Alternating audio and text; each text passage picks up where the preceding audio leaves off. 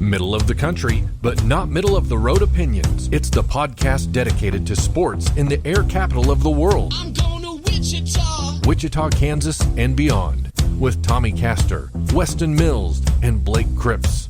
This is Keeper of the Games. Yes, it is true. We are back for another episode of Keeper of the Games, and I am rightfully in my host chair, the host position, the throne of hosting Keeper of the Games. We are the wildly underqualified yet mildly entertaining podcast that is all about sports in the air capital of Wichita, Kansas, and beyond. I'm Tommy Castor, back by popular demand in the host chair.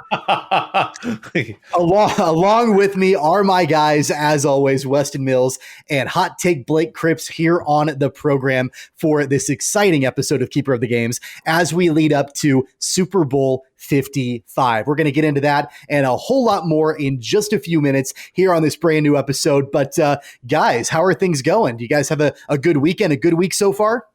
You know, I'm going to ignore that question because I was thinking before we started on this podcast, you know, I think it's interesting that, you know, you guys kind of both have that technical expertise in the, I don't know, podcast, broadcasting world, whatever you want to call it, as you guys have played back and forth with host, and we purposefully avoid me hosting if at all possible. But I was thinking, you know, as you guys kind of have that technical expertise, you know, I guess in your traditional sports talk show, you know, way, that kind of make me like the dumb jock, right? But then at the same time, I was thinking, shoot, I'm not even a jock anymore. I'm 31. I'm a dad. I guess I'm just dumb. I'm just here. I don't know what I'm bringing to the table. So I may have to ratchet up the takes and see if I can't steal some thunder from Blake, I think. Well, no, you're here to bring the ladies to the show with the video. You're the reason why we're on YouTube, because it's certainly not for Tommy and I. I'm excited for the new microphone that I just bought, so I feel like I'm an adult podcaster now. I will promise the viewers, though, I will never upgrade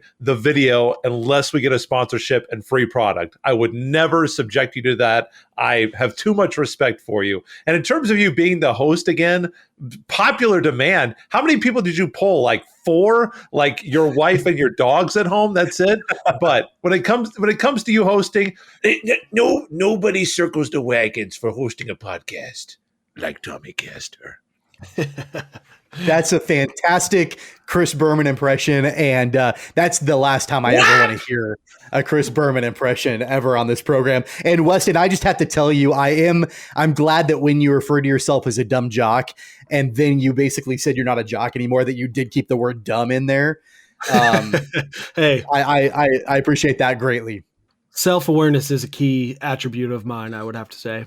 better to be Absolutely. self-deprecating than self-defecating. Agreed.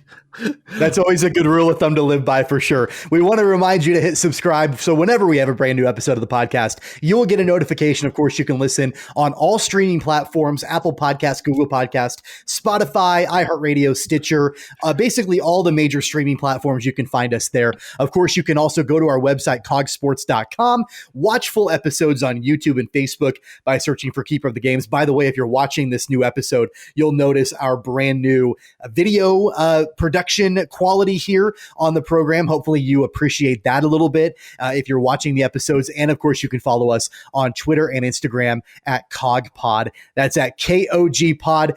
Fellas, I have been waiting to talk about this for a long time. We are merely days away from Super Bowl 55, Super Bowl LV in Tampa Bay. It's the Chiefs and the Buccaneers. And guys, you know, it has been the mantra of this Kansas City Chiefs squad ever since they hoisted the Lombardi Trophy back in February. Hashtag run it back.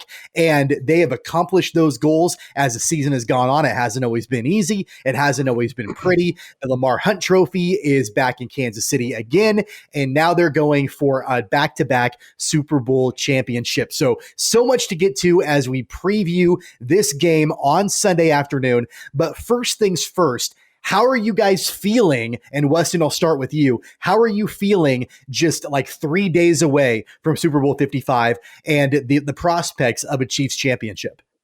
Man, I'm glad you asked that question, because I've actually been thinking about that a lot this week, and I certainly don't want to, as we're like you said, 3 days away from Super Bowl festivities. I don't want to be a downer, but this year feels so much different to me. And I think obviously, COVID kind of just maybe disconnecting the fans a little bit. I haven't been to Arrowhead this season. I know a lot of fans aren't able to make it to Arrowhead. There aren't. Last year at this time, I was, down at Union Station for a rally, or, strolling through the plaza to see all the flags that were up. Taking in all that content. And I think also this year being the second time, right? It's just a kind of a different feeling, as last year I would have my whole life as a Chiefs fan to even get to the Super Bowl, let alone win it. So those emotions were just through the roof, and I just feel so much more mellow. And I don't know, I mean, less excited is the word. And I'm not say that to say that, come kickoff, I'm not going to be every bit as excited or don't want this team to win just as much, but it truly just does feel different this year. And I think that's interesting. And the other thing I'll add before you jump in is, can you imagine if the Chiefs' first Super Bowl appearance would have been this year? I was telling my wife, I think I truly would have been maybe depressed even if that first Super Bowl run for the Chiefs after waiting so long comes in a year when, you can't gather with everyone. You can't go down to, I went down to Power and Light, watched games last year, and just, I don't know, it kind of takes a little bit out of the air, I think. So I definitely would be curious to hear, kind of how you guys are feeling leading up to trip number 2 to the Super Bowl. There's so much less pressure this year on everybody, on the franchise, on the players. We were talking, one radio guy that I've been talking to, Chris Allison. I mean, he had been waiting for his entire life. The Chiefs had never been to the Super Bowl in his entire lifetime. And he's older than I am. God bless you, CA, but he's older than I am. And we talked last week about how the Chiefs in the last 3 years have won more than the combined 38 years combined. So I think for everybody right now, we have an appreciation of where we've been, all the times that our hearts have gotten ripped out, run over, chewed up, and spit out by a whole myriad of teams like the Colts, like the Bills, like the Broncos, like the Titans. And it's happened so many times. There's been so many ways, so many impossibilities that have come out. Oh, well, surely they're not going to blow this game against the Colts. Well, no, actually they will. Oh, well, surely they'll stop Peyton Manning once at Arrowhead. I'll just get once. No, they won't actually. Well, surely they won't lose on a quarterback throwing a touchdown to himself. No, actually, those things all actually happened. So for Patrick Mahomes to come in with Andy Reid, for them to both get the huge gorillas off the back, for Andy Reid finally a Super Bowl championship as a head coach, and for Kansas City 3 decades of playoff futility, to get those just taken off. Now the guys can really just go play. And all the pressure on the Chiefs, I think, is self-inflicted. It's not pressure to do something that hasn't been done in so long. Right now, they just have the pressure to be great. They want to elevate themselves from not just a great team, but start to transition into dynasty, start to transition into franchise. I think the Chiefs have been a great franchise. You just look at the record since Andy Reid has been here. But now they're playing for more. They want to start playing for history. They want to see if they can maybe build this thing. Maybe they can be a Patriots or a Steelers or a Cowboys, teams that have put together, stacked a lot of Lombardi trophies in a short amount of time. And so for me personally, Tommy, I'm excited. Of course, it's not like last year. This year, I'm just excited to see what's going to happen. Excited. If we lose, sure, it will be a long road back, but it won't be the end of the world. Last year, if we lost, it would have just ripped my chest open. This year, at least I've still got 2020 that I can look back on, and we'll always have that. We'll always have that. This year, it's just more anticipation rather than last year, which was just pure nerves going into this game, hoping that we did not choke again. If you guys, and I'm not suggesting that this is what you're saying, but if you guys or anybody out there thinks that there isn't anything for this Chiefs team to play for, you're grossly mistaken. I mean, there is so much for this team to play for. Now, I do recognize and I do understand that thought of, It's not like the first. It's not as nerve-wracking as the first. I've had this kind of eerie sense of calm this week. And I don't think it has anything to do with the COVID issue. I don't think it has anything to do with anything like that. I just literally think it's because, kind of like what you said, Blake, the gorilla is off the back. It's like that entire week leading up to the Super Bowl last year. I didn't sleep well. I was constantly thinking about it. I was researching left and right. I was overthinking what we were going to be getting ourselves into against the 49ers. This time around, I'm relatively calm about it, but I'm also incredibly excited about the opportunity that this team has in front of them.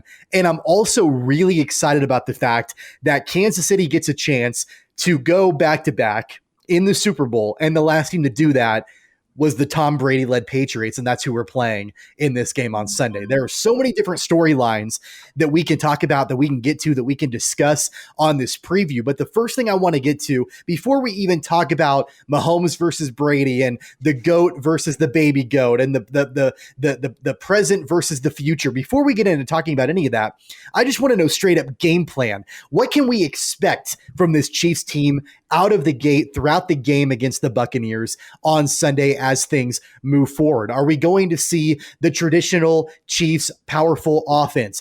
How are things going to sort of line themselves out as we kick off on Sunday? Blake, I'll start with you. What are your thoughts on how the game plan will evolve for Kansas City? That's not going to evolve. The Chiefs are going to pass the football. You look at what the Tampa Bay Buccaneers do really, really well. They are a fantastic rush-stopping defense. They're number one against the run. They're fantastic against the run. They're number one against the run in basically every statistical category that a defense can be ranked number one against the run. So for me, the Chiefs are not going to play into the Tampa Bay's strength. They're going to pass the football. Tampa Bay gave up 100-plus rushing yards only 3 times during the year, once during the playoffs, and that was only by, I think, 4 yards. I think they gave up 104 yards on the ground against the Saints. They're 21st against the pass. They have the fewest touchdowns allowed. They have the fewest rushing yards allowed, the fewest yards per attempt allowed, and by the way, Tampa Bay, remember last week, they gave up 314 passing yards with 3 touchdowns to Aaron Rodgers. I think that Patrick Mahomes is salivating. He hit Tyreek Hill in the first matchup between these two teams as Kansas City jumped out to what was like a 17-0 lead in week 10 or 12, whatever they played earlier this year. I think Tyreek Hill is going to be a big factor for the Chiefs. I think that, like we've seen in the last few weeks, Travis Kelce is going to have a monster day. Patrick Mahomes, Eric Bieniemy, and Andy Reid are going to throw the football and make Tampa Bay prove that they can stop the pass and then hopefully use the run, maybe use end arounds, jet sweeps with Clyde Edwards-Helaire or Sammy Watkins, McColl, some of those other guys on the outside to open up. And you want to keep the Buccaneers honest, but I don't think they're going to be doing anything crazy. They're going to throw the football and make the Tampa Bay corners make plays to win this game. Yeah, I mean, I definitely do not disagree with that. I mean, Pat threw the ball 49 times in the previous game. I mean, you're going to see every bit of that number, if not more, as, I fully expect this to be a pretty high-flying game, and I think that's just going to create more opportunity for passing attempts for both teams kind of feeling like they have to keep up with each other. I think the question here, if you kind of get into specifics of how we go about throwing the football and what do we do? I mean, one thing, expect the unexpected with Andy Reid. I mean, anytime he's already faced a team, he's got 2 weeks off. I mean, you can go ahead and bet that he's got a few. It's not so much trick plays, just, creative play designs and frankly, maybe some trick plays, but, he just has a lot of creative play designs, and particularly thinking of Tyreek Hill. If we remember in the original or that first matchup against the Bucs, he had 13 catches for 269 yards and 3 touchdowns, which is just bonkers Madden type numbers.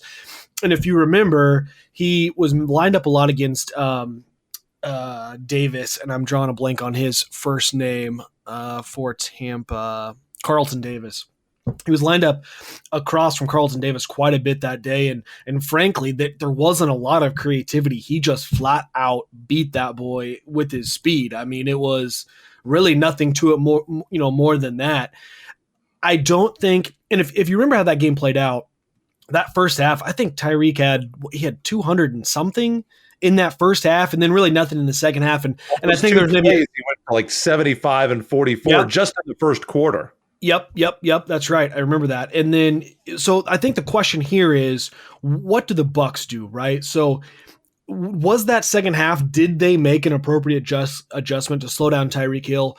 Or, the Chiefs were up pretty good at halftime. I think I don't think the score was 20-7 at half. Did they kind of take the foot off the throttle a little bit, not utilize Tyreek like they should, and they still think they have those same opportunities? I think it's a little bit of both. I absolutely expect the Buccaneers to come out and do everything they can to say, you're not going to have Tyreek Hill. Carlton Davis is going to have him, and we're going to have somebody over the top. I mean, if you remember watching that game, and I can't remember. I don't remember if Romo called that game. I think Romo did call that game because he actually predicted that they would be back in the Super Bowl. Romo was breaking down even, how a lot of times, or most times even, anybody who faces Tyreek Hill, they'll have a corner and they'll always have a single high safety over the top of him. Always. You just can't let him have that kind of leverage over the top. So I think they'll absolutely do that because they didn't do it in the first game, even though it is not typical of the Bucs defense to play in that manner, which then obviously Travis Kelce has feasted off that, right? So I kind of suspect that I would not be surprised if the Buccaneers, bracket Travis Kelce, which that's essentially designating 4 defenders to 2 guys. I think every bit of that's what they're going to do and say, go beat us with Sammy Watkins if he can stay healthy. Go beat us with Demarcus Robinson. Use Clyde Edwards-Helaire out of the backfield. I think you're going to see a lot of creativity and a lot of different guys get involved. I absolutely expect to see Byron Pringle have a couple catches. I expect Demarcus Robinson to have a couple catches. I think you'll see for sure some catches out of the backfield from Clyde Edwards-Helaire and Le'Veon Bell and maybe and Darrell Williams too. You're not throwing him the ball a ton, but I expect to see that. And then on the flip side, Andy Reid is not going to let Tyreek Hill and Travis Kelce just, be double coverage and not get them the ball. I guarantee you he's already game planning for that and has some creative ways. Maybe you see Tyreek Hill on some jet sweeps. Maybe you see him move over to the slot and work the middle more so than what you'd have in the past, while you have, maybe even have splitting Travis Kelce out wide just to create different looks, different matchups, make that defense adjust to the different things you're doing. And Andy Reid is a master at that. So I think, well, on the surface, I'll go back to Blake's answer of, you're not going to see the game plan change at all. You're right. I mean, they're going to throw the ball, but it's going to look very different in how they do it. So I'm excited. I think that's probably what I'm most excited to see is the creativity of Andy Reid and how they go about getting Tyreek Hill, Travis Kelce the ball in different ways, as I'm certainly expecting, the Buccaneers to take away the Chiefs' 2 best offense to the best that they can. I really think going into this game that we could be looking at a big time breakout performance in the Super Bowl from Clyde Edwards-Helaire. Now, I know that Tampa Bay has a top rated rush defense in the National Football League, but no one in the NFL has allowed more completions to running backs than the Buccaneers. They yielded 101 receptions to running backs last season, this season. So I think that we're going to see Clyde Edwards-Helaire be incredibly involved in the passing game out of the backfield. That's one of the areas that I know Chiefs Kingdom was so excited about Clyde Edwards-Helaire when he was drafted out of LSU, was that he's a pass-catching running back. And we've seen flashes of that throughout the season, but I really think especially if Tyreek Hill and Travis Kelce are taken away, or at least attempted to be taken away in this game, you've got to look at guys like Sammy Watkins, Demarcus Robinson, if he can play, McCole Hardman, Byron Pringle, but then even the guys out of the backfield as well. I think we'll see Darrell Williams continue, to be given touches. And I don't know how effective he'll be up against Tampa Bay's rush defense, but I think that we're going to continue to see him. He's kind of been the hot hand, the favorable guy out of the backfield for Andy Reid over the last couple of weeks in the playoffs. I think that'll continue too, and maybe is a nice change of pace to complement that passing game from Patrick Mahomes. Speaking of the game plan, though, for Kansas City and Weston, you alluded to this a couple of moments ago, just about Andy Reid and about, him getting that game plan ready to go. Andy was on The Herd with Colin Cowherd. I think that's the first time I've ever referenced Colin Cowherd on this program. It will probably be the only time that I'll reference Colin Cowherd on this program. But Andy Reid was on the program, I believe, on Tuesday, and he talked a little bit about getting the game plan ready to go for the Super Bowl. Well, it's an exciting atmosphere, and it's going to bring out the best in some guys, and other guys, they're going to have to warm up to it. So I get that. We try to get in our plays during the week before this week. So last week we got in the majority of the game plan, and that way we can go back and we can review it and go through it again, one more rep on it, and so on as we work through. There's a lot of media obligations this week, even not being in Tampa. So I'm glad we got the game plan in. The other thing I tell the coaches is don't tinker with it. Just let it go. You got it in, you put your best stuff in, and let's roll with it. And you start adding, just what you're saying, you start adding things into these things can grow to a monster, and then you can't go function. Yeah, so that's Andy Reid again on The Herd with Colin Cowherd talking about that game plan for the Super Bowl. And I think it speaks to what the two of you guys have been saying, is that we're not going to see an involvement, especially offensively, from this Kansas City team. It's basically throw your best stuff in there now. We got a game to go and win, and don't tinker with it. Don't change it. Don't adjust it. This is the best that we've got to offer. Now we got to go out and execute. And, one of the questions, and Blake, I'll ask you this, one of the question marks that I had coming out of the Tampa Bay game back in week 10, and it's been a question mark that has sort of hung over the Chiefs a little bit. We talked about it last week on the program somewhat, is the Chiefs' tendency in some of these games to not completely finish the deal. You look at the last time that the Chiefs faced Tom Brady, and he led a furious comeback in pretty much only the way that Tom Brady came up just a little bit short. But that's something that you can't do in the Super Bowl, because we know that Tom Brady is going to be performing at the top of his game. So your thoughts on what the Chiefs need to do to make sure that they continue to put the hammer down, as Mitch Holthus would say? Well, you hope, first of all, that the Chiefs are going to be healthy up front, because the Chiefs do have 2 offensive linemen on the injury report, 3 if you count Eric Fisher, which, of course, we know that he's not going to play. He's done with that Achilles injury. And Tampa Bay has been one of the premier blitzers in the league this year. I mean, I looked up. I think that they are are 5th in blitz percentage, top 5 in the league. So they blitz a higher percentage of time versus almost anybody else in the league. So I think for Andy Reid and Eric Bieniemy, I think I said this a couple of weeks ago, they have done a much better job the second half of the season at being able to change gears. And even if what Weston says turns out to be true, that they defend Tyreek Hill and Travis Kelce differently, which you would expect. You wouldn't expect them to come out with the exact same game plan that they ran back in the regular season. There's still going to be a halftime. And I don't think that there is anybody on the face of the earth coaching football that is better at halftime adjustments than Andy Reid. Nobody. And with Eric Bieniemy there and Patrick Mahomes, even if they don't get off to the start offensively that they want, I think that they will be able to make an adjustment at halftime. We've seen them pull this off literally every single game, even the games that they lost, like the Raiders. They had a good offensive game plan going in, and they were able to make adjustments to be successful against Las Vegas. They just didn't play good enough defense to win that game. So I think it's going to be the adjustments that they make based on what Tampa Bay runs. If what the Chiefs go out and start doing, I don't know if they run a script to start the game like some teams do, or if they just, call plays and let it happen. But I think that those adjustments in the second half and at halftime are going to be really key for Kansas City. And like you said, it's not like the Chiefs have got to save anything in the playbook. They will unload everything here to win a back-to-back Super Bowl.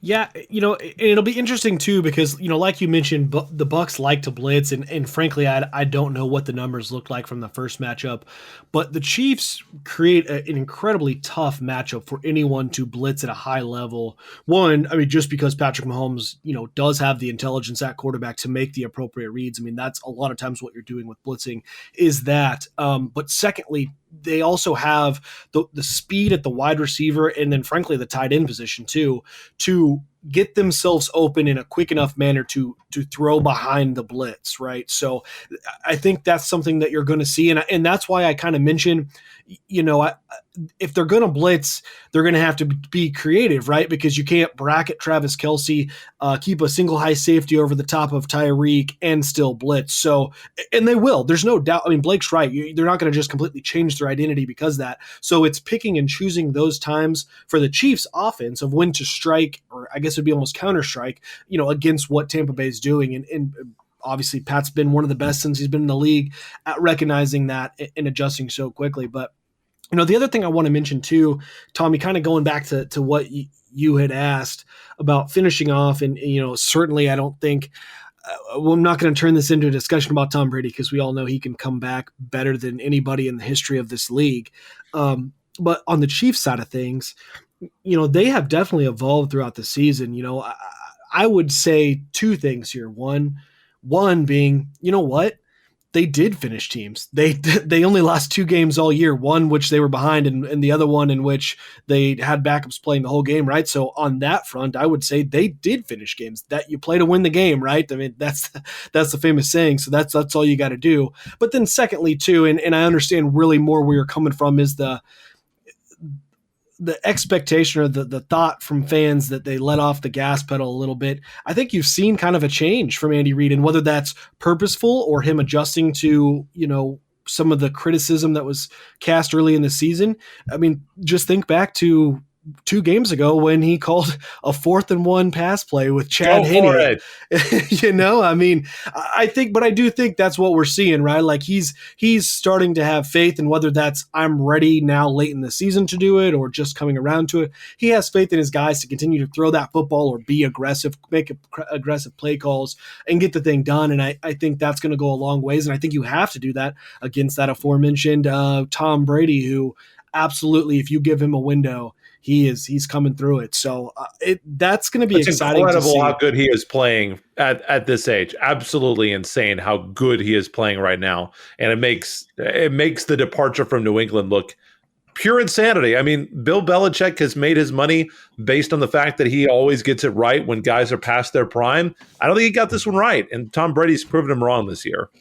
Yeah, we're talking our Super Bowl preview here on Keeper of the Games, and I want to get into the Tom Brady, Patrick Mahomes comparison and what that will look like and the outcome of this game with them. And in a few minutes, we'll talk about that. Also, Andy Reid and his legacy on the coaching Mount Rushmore, and also a COVID update for the Super Bowl as well. But before we get into all of that, I want to talk about the defense for Kansas City a little bit and go back to Tom Brady. And Weston, I'll start with you on this. So in the regular season game, when Kansas City played Tampa Bay, Tom Brady was blitzed almost more times than any other game in the season. It was the 3rd highest blitz rate that Brady faced in a game this season, including the playoffs. The Chiefs blitzed him on 45.2% of his dropbacks.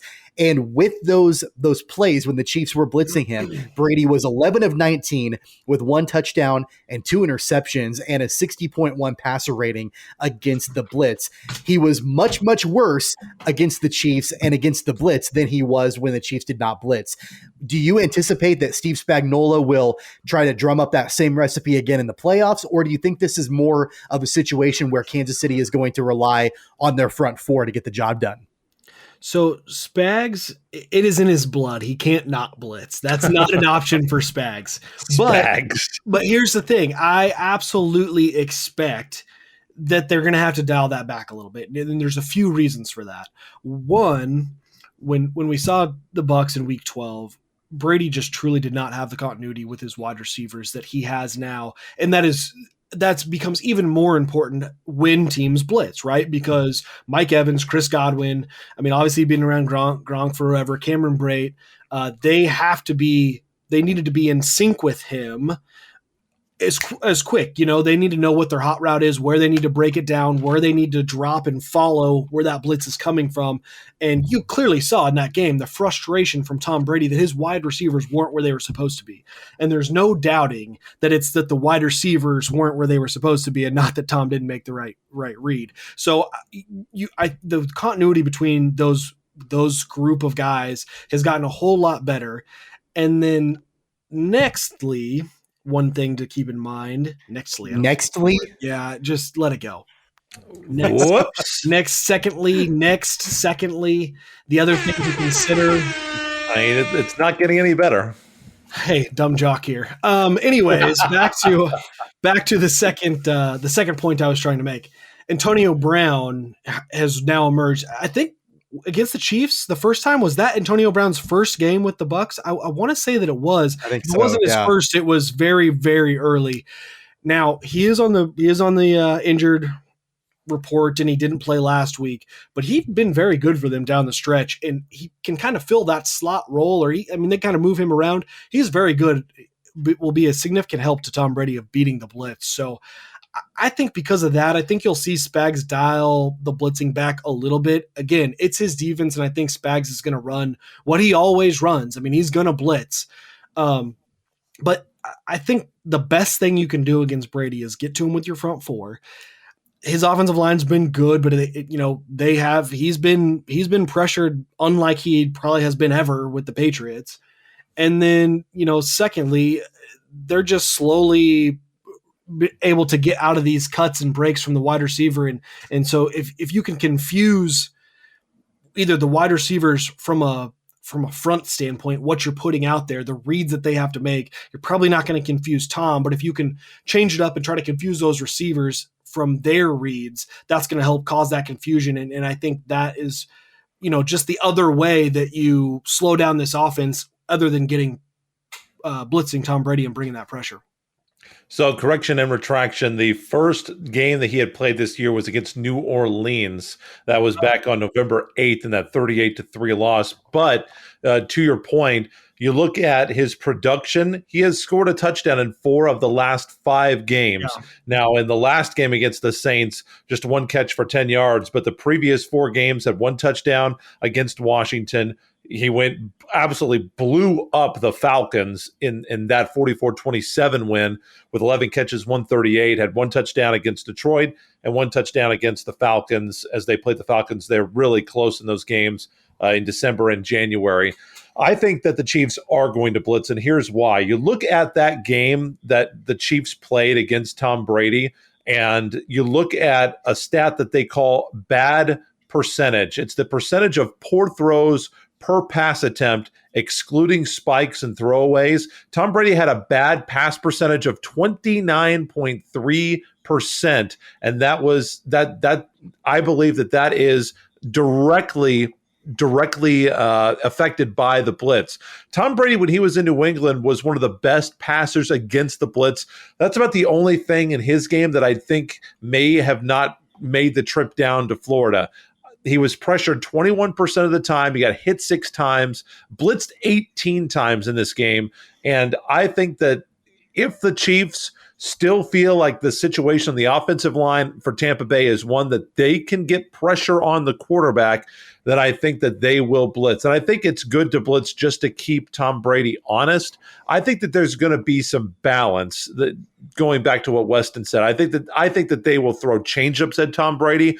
I think they're going to try to show him different looks. But like he said, there's never going to be a situation where the Chiefs can play their best defense and not blitz at all. Certainly not against an arm like Tom Brady. I think you've got to throw some changeups and curveballs at him and make him scan the field, make him move out of the pocket if you can, and make him be a little bit more of a mobile quarterback. So for me, I think that the Chiefs are going to try to blitz in there.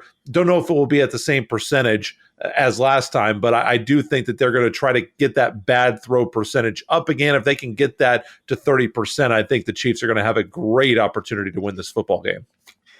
Everybody always talks about how Tom Brady physically is still performing at an incredibly high level at the age of 43, which he surely is. He truly is. But I think one area of his game that doesn't get talked about as much at this stage in his career is his mind and his mental focus, his mental game, and where he's at right now. I mean, he's got a football IQ probably above anybody else in the league. And I think that's contributed to his longevity. And just the fact that knowing that if the Chiefs don't blitz, or if any team they don't blitz against him, that's going to give him time to be able to figure out exactly what the coverages are downfield. So if you can disrupt that a little bit, knowing that this guy is pretty much a genius under center, I think blitzing him is going to have to be, the way to go for Kansas City, as much as they often can, throughout the course of this game. The next question that I have is related back to one of the storylines that happened last week, and that was with Tony Romo. He insinuated that this might be the most important game of Patrick Mahomes' career. And it's still pretty early in his career, but the most important one as it relates to the all-time greats between him and Tom Brady, and that if Tom Brady wins the Super Bowl, it's going to be really difficult for Patrick Mahomes to catch him. And now he didn't make clear what that meant as far as catch him. Did that mean overall Super Bowl titles, or did that mean, head-to-head matchups? He didn't really make that clear, but I want to get your thoughts on that. So Blake, I'll start with you. Is this the most important game for Patrick Mahomes in his young career? And then how do things stack up with this head-to-head matchup with Tom Brady as far as their legacies are concerned? So part of the answer has to do with semantics, and part of it has to do with context. First of all, the most important game that you're playing is the one that's going on that week, unless you're not playing in it. Secondly, in terms, I think that it's important to understand what Tony Romo was trying to say. And like you said, that's a little bit open to interpretation. If you're trying to catch Tom Brady, I don't know if head-to-head matchups is that big of a deal. This isn't major championship tennis, okay? We don't look at, do we downgrade Peyton Manning because he was not able to beat Tom Brady heads up? When you look at tennis majors, you are going to compare Roger Federer versus Rafael Nadal versus Novak Djokovic. That's a very important comparison because it's a singular sport. You play with nobody else on the court, and how you did against the greats that are your contemporaries in any era of major championship tennis is a major consideration as to who is the best of all time. We happen to have the three best tennis players going right now. Last I checked, there are 21 other guys on the field besides the quarterback. So there's so much more that goes into football. For me, I don't think that the head-to-head matchup is that important to me, because Tom Brady's not guarding Patrick Mahomes, and Patrick Mahomes is not trying to guard Tom Brady. They're going up against each other's defenses. Now, where it could be important in the context of the overall picture of who's going to be the greatest ever, when you're trying to win 6 or 7 championships to get into that Tom Brady picture, every time that you are in the Super Bowl is a very big opportunity. Ask Dan Marino how easy it is to get to the Super Bowl. Not easy. So if you're planning on Patrick Mahomes to be in a situation where he can maybe win 7 Super Bowls, that means he's got to get to 7 first. And what's the chance that you think he's going to go Joe Montana and actually go undefeated in all these Super Bowls?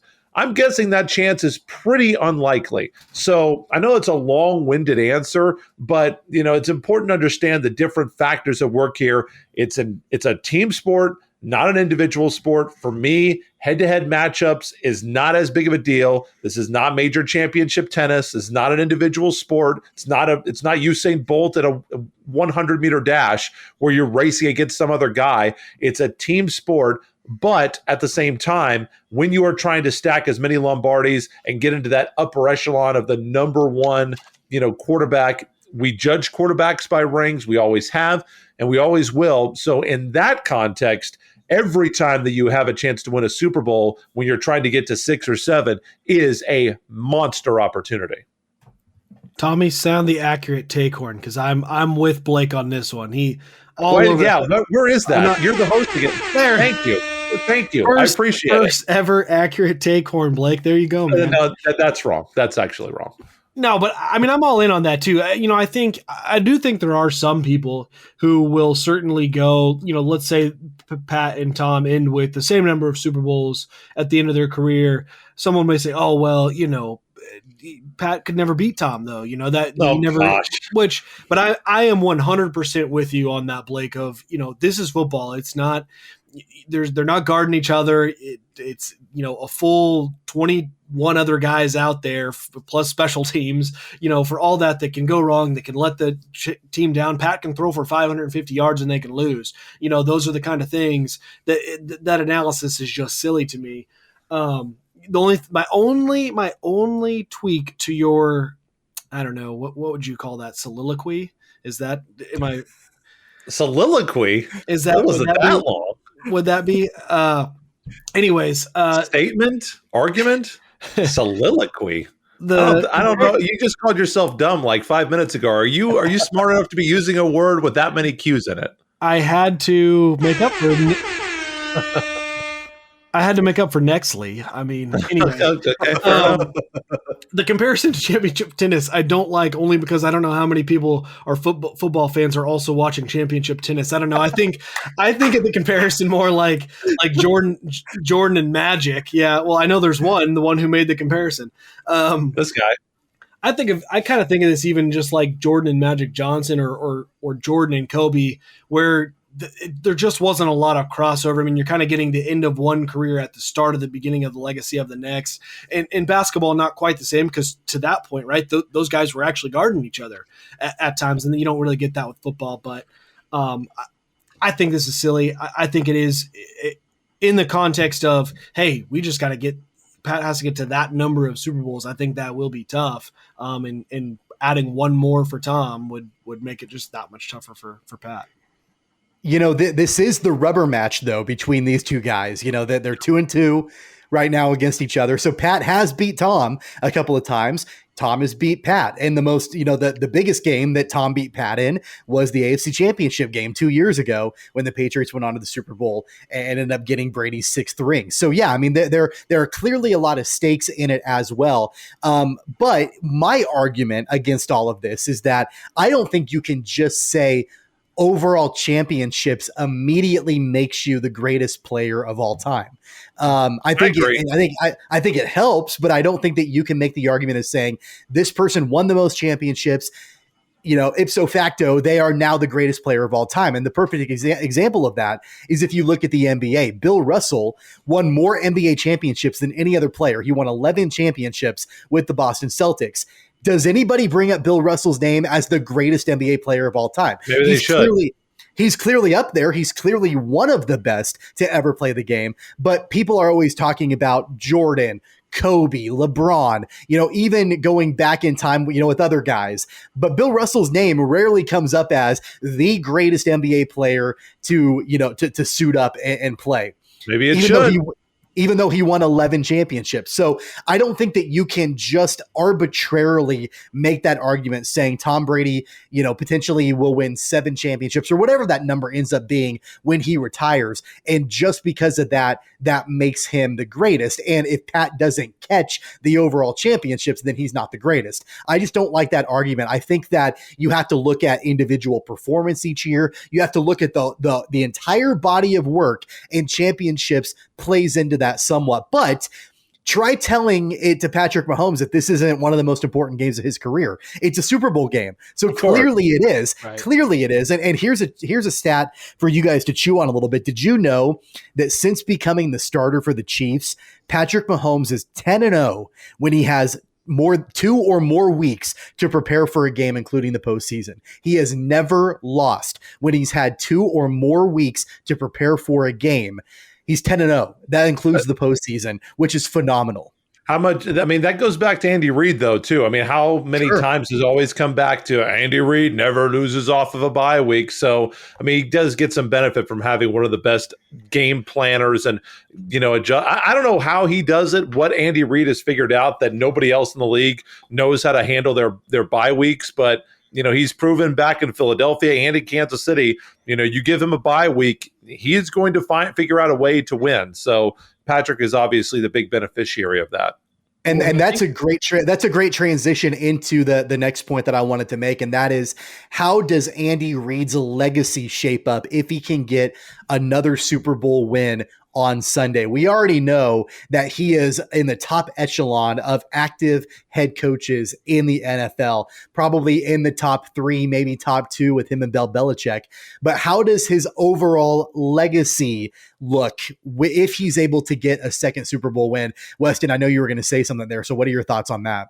Well, I was just going to say, and I think, so going back to the, talking about having 2 weeks off and how Andy Reid's figured it out and then transitioning into this is the perfect topic for this. I think Andy Reid is one of the best play callers in the history of this football game, of the game of football. I think he's one of the best game planners in the history of football, so I think certainly when you look at the best coaches of all time, right. And it really, if you just want to go by wins, Andy Reid's sitting at 6 right now. He's got 221 career wins. He sits behind Don Shula, George Halas, Bill Belichick, Tom Landry, and Curly Lambeau. So, that's quite the 5 in front of him. I think he's got to be considered for the Mount Rushmore, right? But I mean, what is your criteria, right? Because if it's wins or it's Super Bowl, Andy Reid doesn't quite get in there based on that alone. With only 1 Super Bowl right now 2, you're starting to add up. And as he's going to, he's sitting at 221 wins. Curly Lambeau's at 226. He's going to pass Curly Lambeau. There's no doubt about it. Probably has a very good shot at reaching Tom Landry at 250. Then you're talking about Belichick at 280, but he's still active. So probably will be pretty hard for him to ever catch Belichick. But that would put him, if he was to pass Lambeau and pass Landry, that would put him at 4 on career wins. And then if he gets this Super Bowl, that's sitting at 2 Super Bowls. I think you absolutely have to consider him as one of the top 4 of all time. And then, like I said, something that you maybe can't quantify with a certain number is I just truly think he's one of the most creative play callers in the history of this game. Boy, you might want to get your hot take horn ready. I don't have Andy Reid as a top 5 coach, even with the championship this year. Probably not even with the championship next year. I can't put him ahead of Bill Belichick.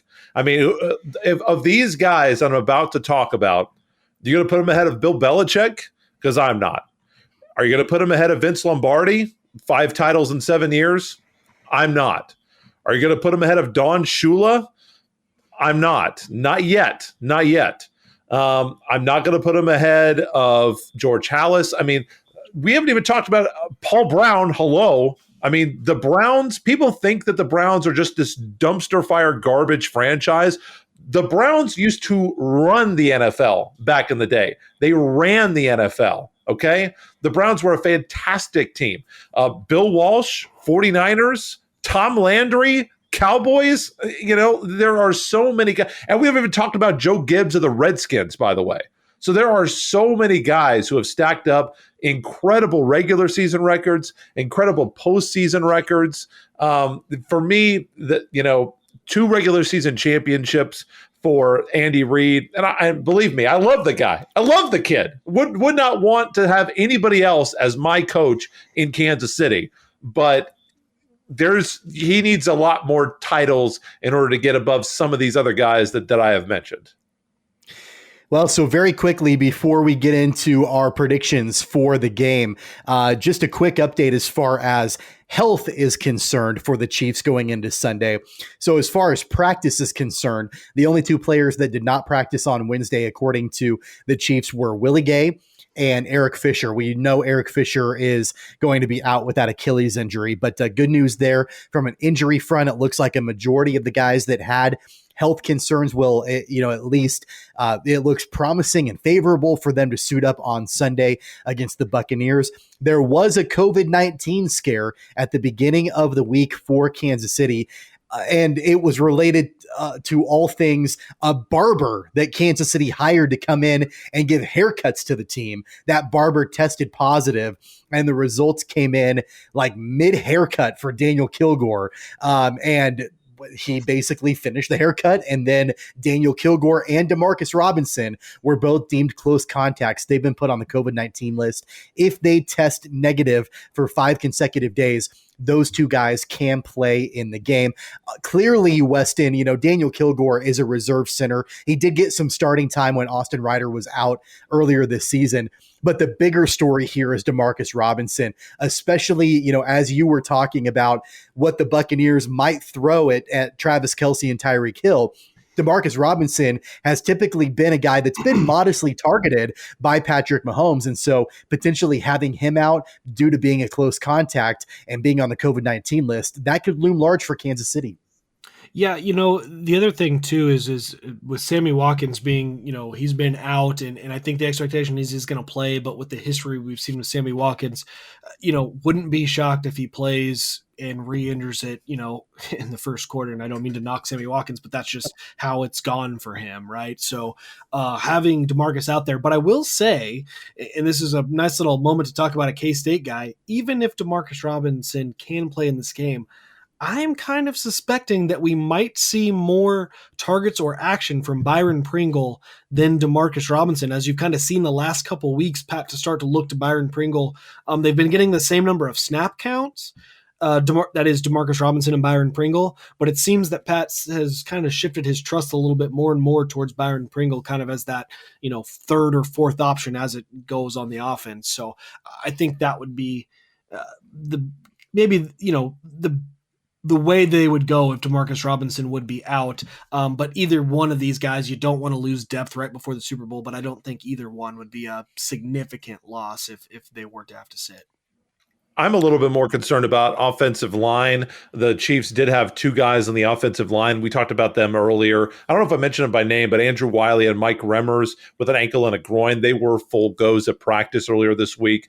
So, with Eric Fisher already out and the offensive line already a little bit out of sorts with Kilgore, questionable for the game, I think that I'm more concerned about the offensive line depth and making sure that Remmers and Wiley are both good to go, because Remmers is supposedly going to be one of the guys that may swap over to left tackle this week for that game. And he could be matched up with Jason Pierre-Paul. Of course, Jason Pierre-Paul for Tampa Bay, one of the outside linebackers, was widely expected to play, but did not participate in the first injury report for practice this week, out with a knee injury. So that could be a big loss for Tampa Bay too. Well, fellas, this is where we put our pedal to the metal. It's time for predictions for Super Bowl 55 on Sunday. Kansas City and Tampa Bay. Blake, I will start with you. Predictions for the big game. Chiefs +4. They will win the game by forcing a turnover on Tampa Bay's final possession. I expect a game in the mid-30s, low to mid-30s, 34-30, 36-32, something in that range. Chiefs win by 4, and they get a big turnover late in the game. And if it happens to be Dirty Dan, somebody should buy me a steak. Weston, your predictions. Yeah, I hate to do this. Just predicting the game in general, because, God, it makes me nervous to do that when it comes to the Super Bowl. I know we've been doing it all year, but I think you're going to see Tampa Bay, actually, as I talked about, stopping Tom Brady. I think you're going to see them run the ball a lot. If you remember, Ronald Jones had a big game for the first time they played, and then Leonard Fournette has really come on as late. So I think they're going to run the ball a lot, but I think it's going to continue to be high scoring though. I'm thinking 38-35, and I think you're going to see a pretty big day out of Pat, and maybe more spread out the numbers of who's catching what kind of all over the place. I think, like you mentioned, Tommy, I'm all in on seeing a lot of running backs out of the backfield. I think, like I mentioned, you're going to see some Byron Pringle, some DeMarcus Robinson, Sammy Watkins if he's healthy. And then, of course, you're not just completely shutting out Travis Kelce and Tyreek Hill. That just doesn't happen. So I think the ball's going to be spread around. I think it's going to be close. I think there's going to be a lot of points. I love the prediction of Dirty Dan making a big play, because that's what Dirty Dan does. So there it is right there is kind of how I see it going. In 38-35, Patrick Mahomes. This is not crazy, but Patrick Mahomes, the Super Bowl MVP. All right, so my prediction for Super Bowl 55 is probably a little bit more wishful thinking, I think, than maybe what realistically will happen. But, hey, from my lips to God's ears, right? I'm going to say Chiefs win by 10. Final score 38-28. Now, do I really think the margin is going to be that much? Probably not. The reason why it's wishful thinking, why I'm saying 38-28, is because the last thing that I want and the last thing that any Chiefs fan should want is Tampa Bay and Tom Brady getting the ball back with under 2 minutes to go, down 1 score or less. That is just the absolute last thing. Now, Blake, I know that you're saying that Dirty Dan is going to make a turnover on Tampa Bay's final possession, but that just, like, I'm having a coronary just thinking about that potentially happening. So for my own well-being, my own safety and health, I'm going to say Chiefs win by 10, final score 38-28. Any rebuttals on any of that? Chiefs are top 4 in the league in interceptions. Hold on. I've got a question for you guys, because so let's say that it was the Chiefs or Bucs in the Super Bowl against a different team. Do you think that hypothetical other fan base would rather see Tom Brady with the ball against their team with 1 minute left, or Patrick Mahomes with the ball with 1 minute left? And right now, at this point in their career with their squads, obviously considering whatever you want, but it's in the context of this team, who do you think that other fan base would rather face? I'd rather have Patrick Mahomes as quarterback for my team. No disrespect to Tom Brady. I want who I have in Kansas City. Hey, if I'm an opposing fan base and I've got a choice of, okay, do I want Patrick Mahomes to beat me with under 2 minutes to go, or do I want Tom Brady to beat me with under 2 minutes to go? That's kind of like saying, do I want to be lined up against the firing squad, or do I want the electric chair? Like that's basically what the question is. Flip a coin for all I care if I'm an opposing fan base. At the end of the day, though, I mean, I think it's going to be incredibly exciting. But yeah, I just, the last thing that I want as a Chiefs fan is Tom Brady to have the ball with under 2 to go and a chance to either tie or take the lead. That's just not something that I've watched that movie play out multiple times over the course of my life following Kansas City. A couple of other quick notes that aren't related to the Super Bowl, but are related to the Chiefs, and they're more coaching than anything else that I want to point out before we move on. Eric Bieniemy will continue to be the offensive coordinator for the Kansas City Chiefs. As far as I know, he did not end up as a head coach in the NFL for this upcoming season, which I think is a grave mistake for the teams that passed up on that opportunity to hire him. That's one note. The other note, kind of more on a somber note, I don't know if you guys saw, Marty Schottenheimer has been moved to hospice care. He's been dealing with Alzheimer's for the last several years, and his family made the announcement on Wednesday that he would be moving into hospice care. So thoughts and prayers go out to the Schottenheimer family. Obviously, if you followed the Chiefs for a long time, you know all about Marty Ball, and you want to talk about a culture that Kansas City had. I know they rebuilt it when Andy Reid came to town, but that culture with Marty Schottenheimer and KC was a lot of fun back in the 90s. Fantastic coach. So sad that he never got to win a championship. Probably, in my mind, the best coach to never win an NFL title. Fantastic defensive teams, great running backs with Marcus Allen, Christian Okoye. Just one of you could always count on the Chiefs being a factor in the NFL in every season with Marty Schottenheimer on the headset. Grew up with Marty Ball. It's hard to to think about anything else with the 90s Chiefs other than Marty Ball. So sad to hear, and certainly thoughts go out to his family, as I'm sure they're adjusting to this. And by the way, just like those idiots on Reddit holding GameStop stock, we are holding Eric Bieniemy stock. Okay, we like the stock. We will keep him forever. If you guys don't want him, fine. Don't hire. Please continue to not hire Eric Bieniemy. We like the stock. We like Eric Bieniemy. Stay in Kansas City. Stay here forever. Everybody else, get out, and good luck when you're hiring a new coach in 3 years, because all the guys you hired suck. In that analogy, does that make like the other teams like the Robin Hood app? Is that, or are they that, or are they the hedge? Are they the hedge funds in this analogy? I guess they're the hedge funds. We're the dumb idiots who think holding Eric Bieniemy is a good idea. I mean, yeah, that's right. They're shorting Eric Bieniemy, and we said forget that. We're long Eric Bieniemy. Stay here for your whole career. We like the stock. Hashtag hold the line when it comes to Eric Bieniemy for sure. Stay the course. That's the for sure. Let's go ahead and get into our college hoops roundup here on Keeper of the Games. And Blake, I have to just throw this out here to you. You did a valiant job hosting the podcast a week ago in really dire circumstances because it was a bad week for college basketball in the state of Kansas. Now, I will say this week isn't that much better, but at least it is better to an extent. And we're going to start by talking with the Kansas Jayhawks as we kick off our college hoops roundup. Blake, I asked you this on Twitter over the weekend. You referenced it on our program a week ago about if it was time for the Jayhawks to hit that big red panic button on their season. And I think that they're about as close, at least over the weekend, we're about as close to doing that as they have been in a long time after they were absolutely crushed by the Tennessee Volunteers in the Big 12 SEC matchup on Saturday in Tennessee. The Volunteers beat the Jayhawks, final score 80-61. Before that game, so the Jayhawks have played 3 games since the last time that we recorded a podcast.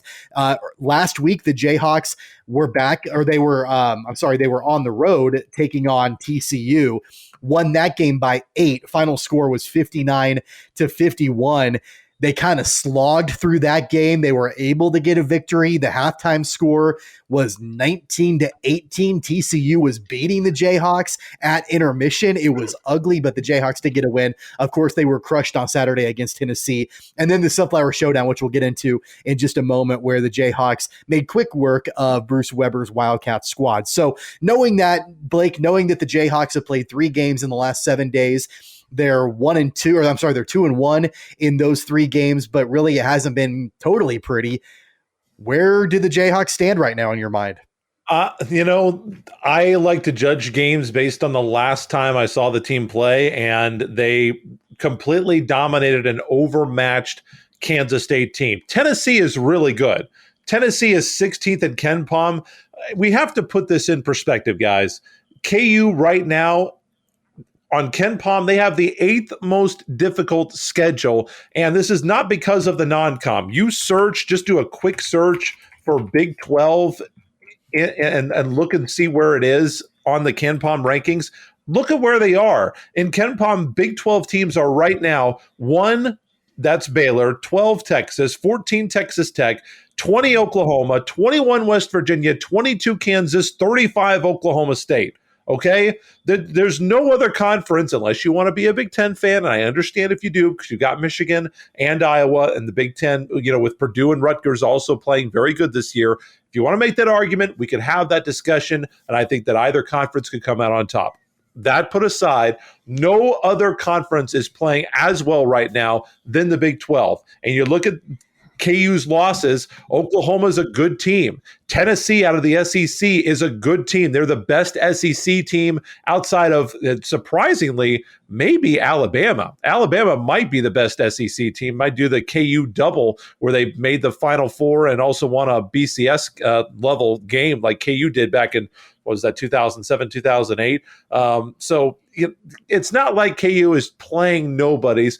Now, obviously, the Texas Christian game, they did not look great against the Horned Frogs. Their defense was fantastic. Offensively, they did not look very good, but they came back, had a great performance against Kansas State, played better defensively. That is what I want to see out of KU. KU is much lower on average than they have been in the Big 12 in terms of defensive efficiency. They held Kansas State to 34% from the field, only 24% from the three-point line. They were +7 in the turnover margin. They played much better defensively. And Kansas State, when you were listening to that game or as you were watching that game, you never, ever got the sense that even when Kansas State cut it to 9 in the second half, you never had the thought that, okay, KU is going to let this get away from it. And it never did. So for me, it's time to just push, just sit down. It's going to be fine. Put the cover back on top of the big red button. You can get back into it if you need to. Everything is fine. I know it's just Kansas State. I'm not trying to christen KU like, oh, they're going to win the national championship or put them back on the one line or anything, because Kansas State is a dumpster fire right now. But It's not time to panic if you're a Jayhawk fan. If you're a Wildcat fan, you've probably been panicking for a few weeks.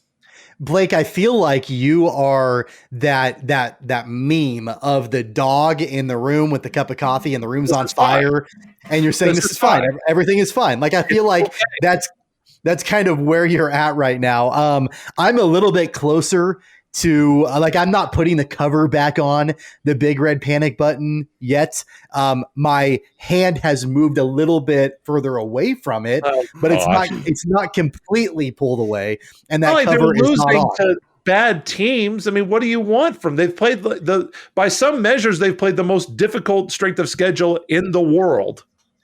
I understand all of that, but some of the things that you're saying as far as coming to the defense of Kansas, just it doesn't hold water with me. And one of the things that you said is, you talked about how they were beat by a really good, or I think you even said a great Tennessee team in the Big 12 SEC showdown. Do you realize that the very next timeout on the floor for Tennessee after that 19-point win against the Jayhawks, the Volunteers lost 52-50 against Ole Miss.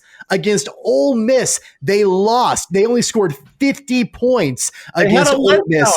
That's what it's like after you play Blue Bloods when you're not one of the top echelon programs year in, year out. It happens. KU lost 3 straight games. They lost to TCU a couple of years ago, and Bill Self said they couldn't beat the Topeka YMCA, and they still would have made it to the Elite Eight if Michigan doesn't hit the luckiest three-pointer in the history of basketball. At the end of the day, though, I understand that Kansas is losing to teams that are in the top tier of college basketball programs in the country. I understand all of that. And I know that can be the warm blanket that keeps you safe and secure at night. Gosh. But at the end of the day, all that matters is the team winning? And the answer right now is not really. Or if they are, it doesn't really look very good. I mean, I guess a win is a win. It's hilarious that you and Weston will go to the defense and talk about all these recruits that are coming into Kansas football and tell me how big of a deal it is for Kansas football. We've got these recruits coming in, but Kansas basketball, a program that's actually winning, and you want me to be concerned about Kansas basketball, but come on, can't you give KU football a win? Can't you let them have a little something? Can't we have National Signing Day? What am I missing here? Have I lost something here? Have I lost something in translation? Yes, you're missing a big point, and that's expectations, right? So like Kansas football's expectations have been in the dumps for years, right? So when you do something a little bit above the dumpster level, that's something to be excited about. Kansas basketball's expectations, the expectations is that you have a team that has an expectation to win a national championship every single year. Whether that's fair or not, that is the expectation of Kansas basketball. Or even an expectation to not currently be 6-4 in the Big 12. Oh my God. I mean, is the season over tomorrow? But did they cancel the rest of the season? See, okay, so hold on. I'm going to be the tiebreaker here because I actually feel like I'm somewhere in between both of you on this because I'm kind of with Tommy on, look, the expectation of, this team is anybody expecting that they can win that they're going to win the national championship? No, they're not. But now where I'm kind of more on the side of, or where I kind of fall in between you two is, I also think when you look at this team, and like Blake said, they've played some really good opponents, and they're building that, resume, I guess, to get themselves in still to a decent spot. And the talent that is on this roster, you've seen moments of incredible play out of, about 7 guys at any given time have played really incredible. And if they could put that talent together, they absolutely have that ability to win a national championship the way that March Madness goes. But again, going back to Tommy's point, it feels like such a letdown because you certainly wouldn't expect it. It would kind of be like can things break the right way for this Kansas team? Can they get hot and make a run in the tournament? Whereas in the past 10 years, really, we've kind of gone into a tournament saying, okay, Kansas is the 1 seed, Kansas is the 2 seed. hell, maybe it's been 1 or 2 over the last 10 years, maybe a 3 seed, and you still think, okay, this team is positioned they've shown us that they can win a national title, that they can beat anybody. We haven't seen that they can beat anybody, but you've certainly seen the talent on this team that if it clicks, if they figure it out, whether it's Bill putting the right piece together, if these guys just continue to mature as they've been playing these tough opponents, they could be that team, but it does kind of feel like they would need to get hot in the tournament or have a break or two go their way to be able to make that. So I don't know. I hope I kind Every team needs a break to go their way. Absolutely. Kansas, when they won the 2008 title, had a break go their way. And that's Villanova, kind of when they won titles, had breaks to go their way. You have to play well in the NCAA tournament to win. Right. And that's kind of my point about, as it goes for March Madness, because there really is no such thing as a favorite. If anybody tells you so-and-so, the one team is the sole favorite, that's just goofy, because the way March Madness goes, I don't care who it is, you have one night and you're out. That's it. And you can just catch a hot team. It doesn't matter. You can think we can go through all the 15 seeds, the 16 seeds that have now won. But truly, that's my point of there is no such thing as a favorite, but there is hey, this is a team that could win the national championship. It doesn't feel like that's Kansas this year, which is disappointing. Kansas is a team that could win the national championship. Okay, could. You know what? They could. Actually, you're right, and that's what I meant to say. But I think in the years past, it's been that they would be a betting favorite, or they would be if you had to list 5 teams that you would expect to win, they would be in that top 5. That's not them this year, and I agree with that. And whether it's fair or not, I think that is the expectation of the fan base for the basketball program, is that you need to be one of the betting favorites for a national championship. Oh, and again, my God. That may not be a fair assessment, but I think that's where the program is. Look, you can call me an alarmist all you want to. All I know is that a week ago on this program, I posed the question, are we getting close to the point for this Jayhawks program where we could be talking about them falling out of the AP top 25 poll? And Blake, at that time, you're like, oh, that's ridiculous. That's not going to happen. They're 23rd right now. One more loss, they're out. And that could very, very easily happen on the road in Morgantown this weekend against a top 20 West Virginia squad. So yeah, I might be an alarmist, but I'm a realist when it comes to the state of affairs for this program. Is Kansas a bad basketball team? No, they're 23rd in the country. They've got talent. Are they losing against teams that are in the top echelon? Yes. Are these games that historically Kansas has maybe not won all of them, but won more of them against the top opponents? Absolutely, yes. But not every year. Not every year, but previous teams have historically performed better against these teams. Bill Self, it's a testament to his coaching. He's been able to coach up his guys in top 10 matchups and top 15 matchups. We're not seeing that with this program right now. They had a brutal stretch of games, and unfortunately, they dropped several of them. And now it's a real topic of conversation. Could Kansas fall out of the top 25? And it's not that big of a deal, even if they do. We see teams get hot in the NCAA tournament all the time. It doesn't really matter. Sure, would I want them to fall out? Of course not. It's a great badge of honor. They have the longest active streak since 1990 or something like that, I think. 300 and of course I don't want them to fall out. But you look at the schedule coming up. If let's say that they continue to play well, they beat West Virginia and Oklahoma State. You don't think that they're back in? Then they've got Iowa State. They should absolutely assassinate the Cyclones because they're playing horrible. Then they've got Kansas State again, and then a really, really tough stretch of games down the stretch to end the year. Texas Tech in Lawrence, going to Texas. I think the guys will be up for that game, and Baylor at home, which maybe could decide the Big 12 championship. Probably not for Kansas, probably for Baylor or Texas or one of those upper teams. West Virginia could still play their way into the Big 12 championship. I think Kansas just needs so much to happen. But it's not crazy to think about that KU wins these games, and then obviously they're going to be in the top 25. So, let's look at how they have been playing. They've played much better defensively in 2 out of their last 3 games. They shut down TCU. Now, obviously, a team that they should shut down, not a great offensive team. And they totally shut down. They held Kansas State to 51 points. And again, not a great offensive team, but they played well defensively in those games that they should have played well in. So for me, it's a positive trend for me that I see. Now, Tennessee obviously is really good. Baylor is maybe the best team in the country. Oklahoma State, they played their guts out in that game to get back into it. And Oklahoma, I think, is a very underrated team. So, yeah, there's you're sounding the alarm way too loudly. It's okay to be concerned.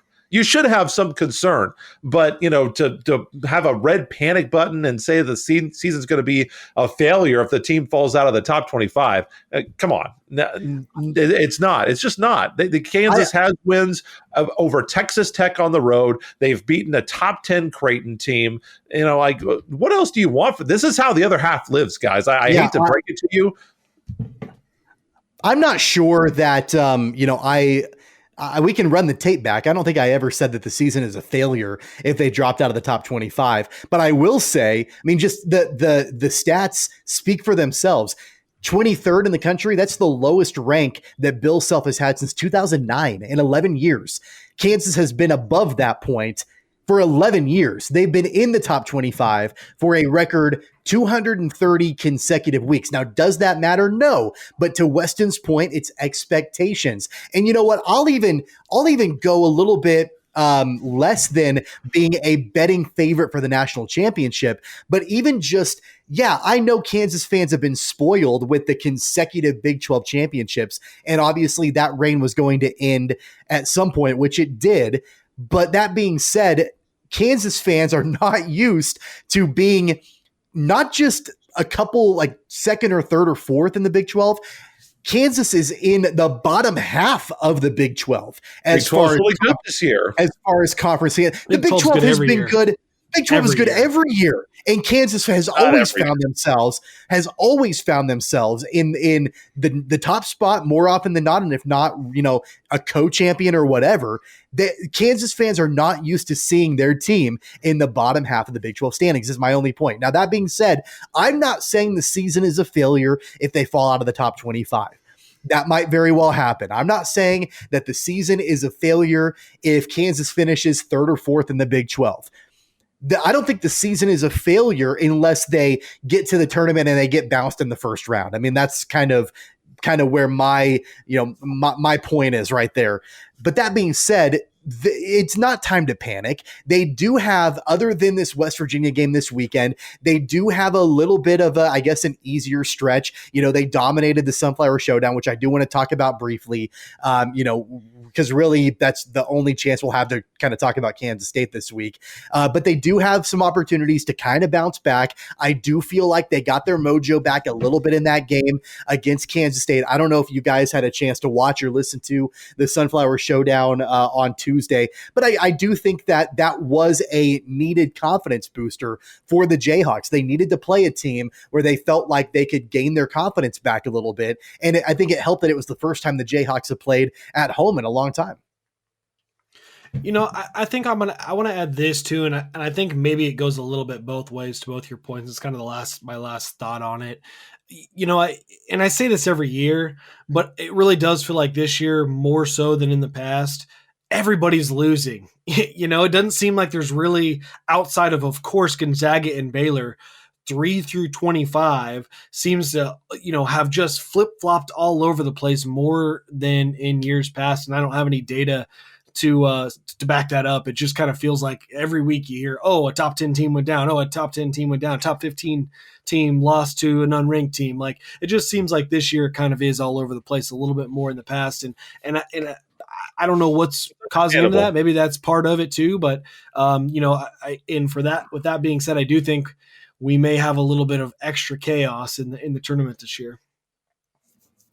I do have a quick correction to make. I guess that when the Jayhawks played TCU, they were back at home. So the Sunflower Showdown was not the first game at home in a long time. I had forgotten about the fact they played that TCU game inside Allen Fieldhouse. But with that Sunflower Showdown game, the Jayhawks got the win against Kansas State 74-51. For the Wildcats' perspective, I mean, it was obviously a game they were overmatched in. We don't need to dwell a whole lot on Kansas State. I think we've said a lot of pretty much everything we can say about them. They were blown out by almost 50 points against Baylor last week. It's a dumpster fire for the Wildcats right now.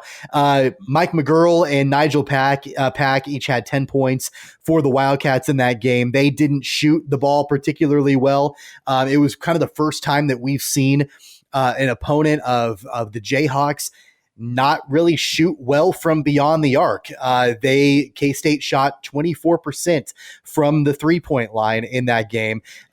Kansas opponents, they had been shooting pretty well from 3 in previous games. So that was one good thing to see for the Jayhawks, at least if you're a KU fan in that game. But the one quick question I have before we move away from Kansas and Kansas State is that, it struck me when I was watching the Sunflower Showdown, guys, about just how much of a divide there is between Kansas and Kansas State. And, everybody always looks forward to that Sunflower Showdown. And even when, one program is above the other, it tends to be a pretty close game. Usually when Kansas State goes, when they're playing KU, they play up, sometimes KU plays down, but it always seems to be a pretty evenly matched game. That was not the case on Tuesday night in the Sunflower Showdown. Is that more of a testament, Blake, in your mind to how Kansas has separated themselves or how far Kansas State has fallen? Oh, Kansas State, for sure. And you look back, I think they've lost like 8 straight games or 9 straight games, and they're only single-digit losses, Texas A&M and TCU. They haven't won a game since December 29th, and that was against University of Nebraska, Omaha. And the game before that, they beat Jacksonville. The last Big 12 team that they beat was Iowa State back on the 15th, and their other wins this year are UMKC and Milwaukee. This is the sign not necessarily of a good KU team. KU has separated themselves, sure, based on previous seasons and the recruits that they have, but this is a measure of Kansas State has fallen down. And you look at what the Wildcats have looking forward to them. They got the Red Raiders coming in Saturday, Texas Tuesday, then they go to Oklahoma State, and then Kansas comes back to Bramlage on the 16th. I'm not seeing any wins in there for Kansas State either. This is only going to get worse. I didn't get to watch a whole lot of the game. My daughter decided that I wasn't going to watch most of it. But from what I did see, it didn't take much for me to go, have this thought that, boy, the K-State players just don't look like they're even interested in being out there. I mean, not everyone and not, at all times, but just at given times, it just looks like a dejected bunch. I mean, and that's usually we've already talked about all the other reasons why Bruce Weber, potentially is going to lose his job. But boy, when your players seem to not be even wanting to be out there playing, that's tough. I think this is going to be a very strong season to forget for K-State. I will say I don't feel like that has been the case for every game for Kansas State. They were down big against West Virginia a few weeks ago, and I thought that they did play hard. They got themselves back into that game, and West Virginia just kind of finally overwhelmed them in that game. And they made a push against Kansas in the Sunflower Showdown, but again, the Jayhawks just kind of overwhelmed them in that game. But to your point, there was the commentary, the guy doing television on ESPN2, don't remember the analyst's name, but Baylor was absolutely wiping the floor with Kansas State. And he actually did comment on the air, like, hey, if you're Kansas State, you need to have a little pride right here, have a little passion for the game and come out and do something about this. Like, sure, you're going to lose to Baylor, 9 times out of 10, maybe 99 times out of 100, but you don't need to lose like this. So, you haven't been the only one to question their effort. I'm just pointing out, at least in the last 2 games that I've been able to watch, with West Virginia and Kansas, outside of the Baylor game, with a huge exception. But Kansas State has played hard in those games. The Baylor game, obviously, they did really show up to that one. And it's understandable. It's hard to show up, when you've been on a streak like this. Tommy, the Wildcats are – oh, go ahead. sorry, before we move on, and I know we're running long, but I wanted to take this opportunity because you seem like the perfect person to jump on this. Did you watch any of these games on ESPN Plus? The broadcast is so atrocious. I don't even know the two guys calling the game. Well, the play-by-play guy is fine. The color commentary guy is terrible. I cannot stand these broadcasts, but the floor is yours because I know you've got some thoughts. How much time do we have? No. I don't want to get into a huge rant against them because, and Blake, I know you've been in this position before too, where when you put yourself out there and you're commentating a game, you open yourself up to criticism. You have to have thick skin. It's not always fun. I've been the recipient of that before, in the times that I've called games in the past, and it's not always fun when people are critical of you. That being said, I think that when it comes to Lance Blanks is his name. Yes.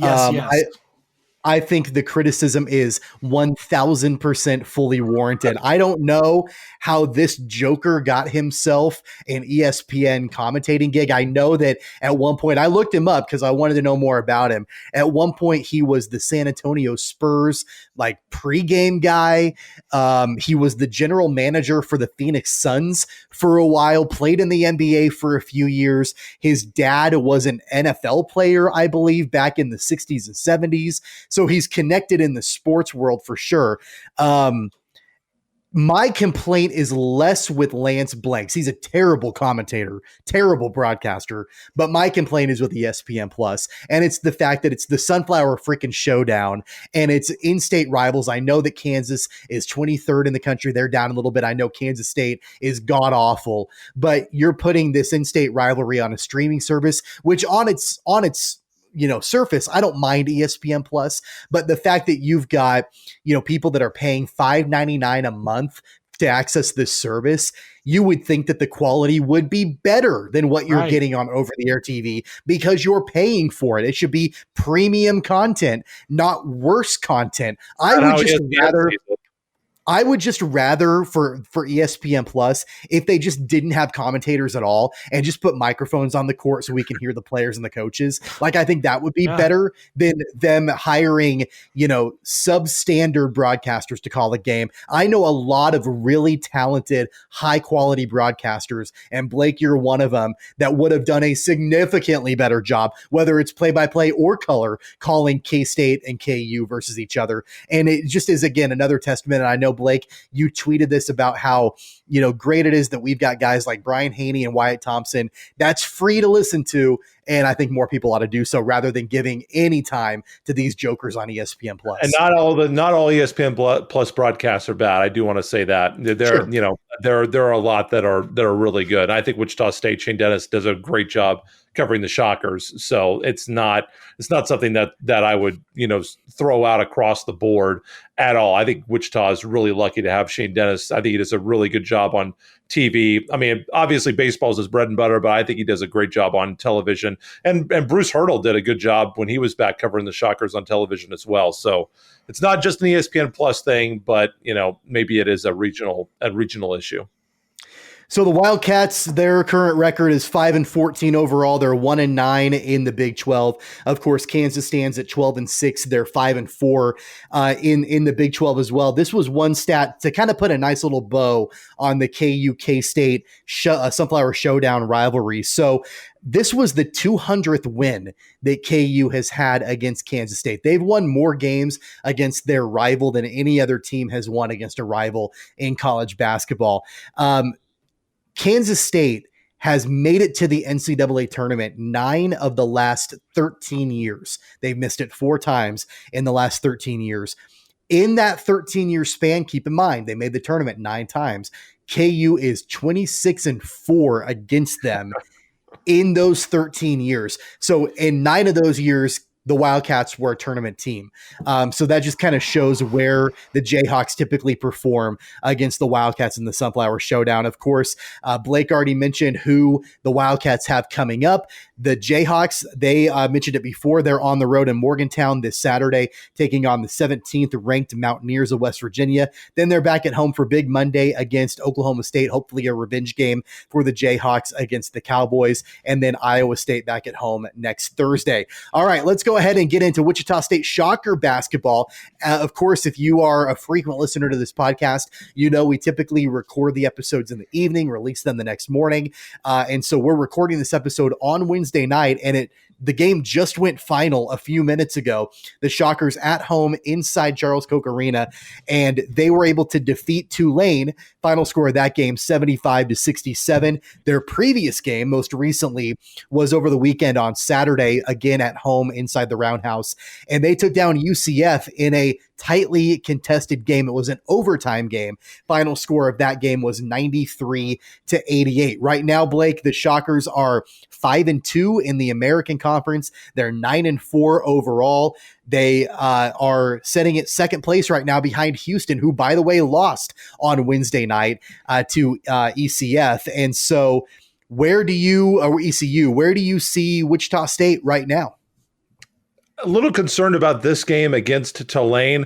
They dominated the Wave in the first half defensively, held them to just 19 points. But in the second half of this game, just as it seemed like Wichita State, I think they had opened up, a pretty big lead, but they gave up a 13-0 run to Tulane, did not score for 3 minutes. And then they end the game with no field goals over the last 2:47, and Tulane scores 48 second half points in the ball game. So, for me, Udeze had been coming along, kind of a non-factor today. He was saddled with foul trouble, played 21 minutes, only scored 3 points. Etienne, obviously, is the headliner for Wichita State, 22 points on 7 of 14 shooting with 4 3-pointers.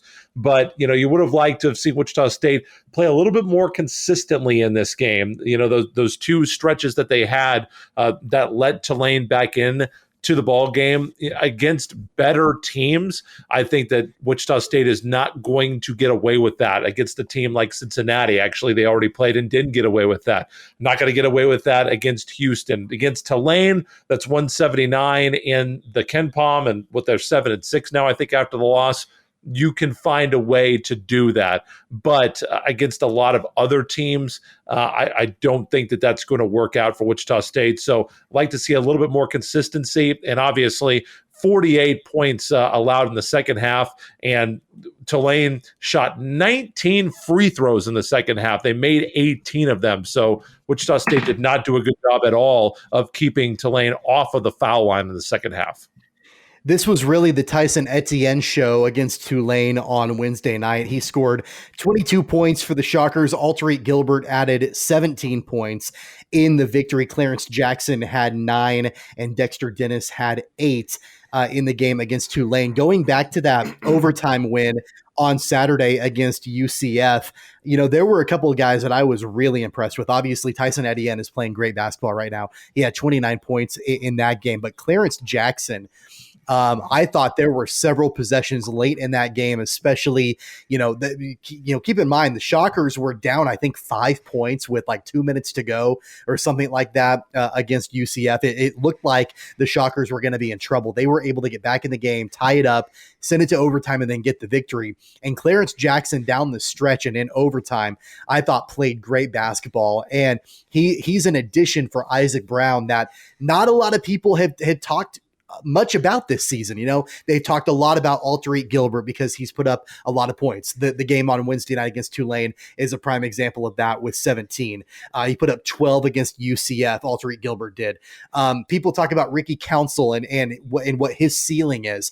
But Clarence Jackson, in clutch moments in that game against UCF on Saturday, really took the game over. There were several possessions that I was super impressed by what he brought to the table. That's really what Wichita State is going to need down the stretch. I mean, you can rely on guys like Tyson Etienne and Alterique Gilbert and Dexter Dennis, but really it's going to come down to those glue guys coming off the bench, making those clutch baskets. They're guys that can make things happen when maybe the defense is collapsing in on Wichita State's leading scorer. But at the end of the day, I think I've talked to a few Shocker fans about the game against UCF on Saturday. I'm sure they probably have the same sentiments about this Tulane game, that really Wichita State should be blowing these teams out. They're not. They're still getting the victory. And Weston, as you have said for a few weeks now, Wichita State needs every single win that they can get if they want any chance of being considered to make it into the big dance. Yeah, and frankly, I don't know at this point, too, if margin of victory really makes a whole lot of difference. I think dang near winning out is the only possibility. And so I don't think, if they lose to Houston or lose to Memphis, or maybe they lose to SMU or something like that down the stretch, I don't know that a margin of victory in some of these games is going to be a difference maker anyways. But I think it's a barometer of the team. And maybe, I think that's a lot of where fans are saying, oh gosh, okay, but if we aren't, closing out some of these games or beating teams a little bit better than we should, does that mean that this team is able to beat a Houston, again, down the stretch? And so that's, I think where the concern lies, or maybe where it's more of a, important factor. But certainly, as you mentioned, it seems like this team kind of goes as Tyson Etienne goes, right? I mean, he had 29 against UCF in that overtime thriller last Saturday. And really, if you look at some of their losses, like, when they lost to Memphis before that, he had 3 points on 1 for 12 shooting.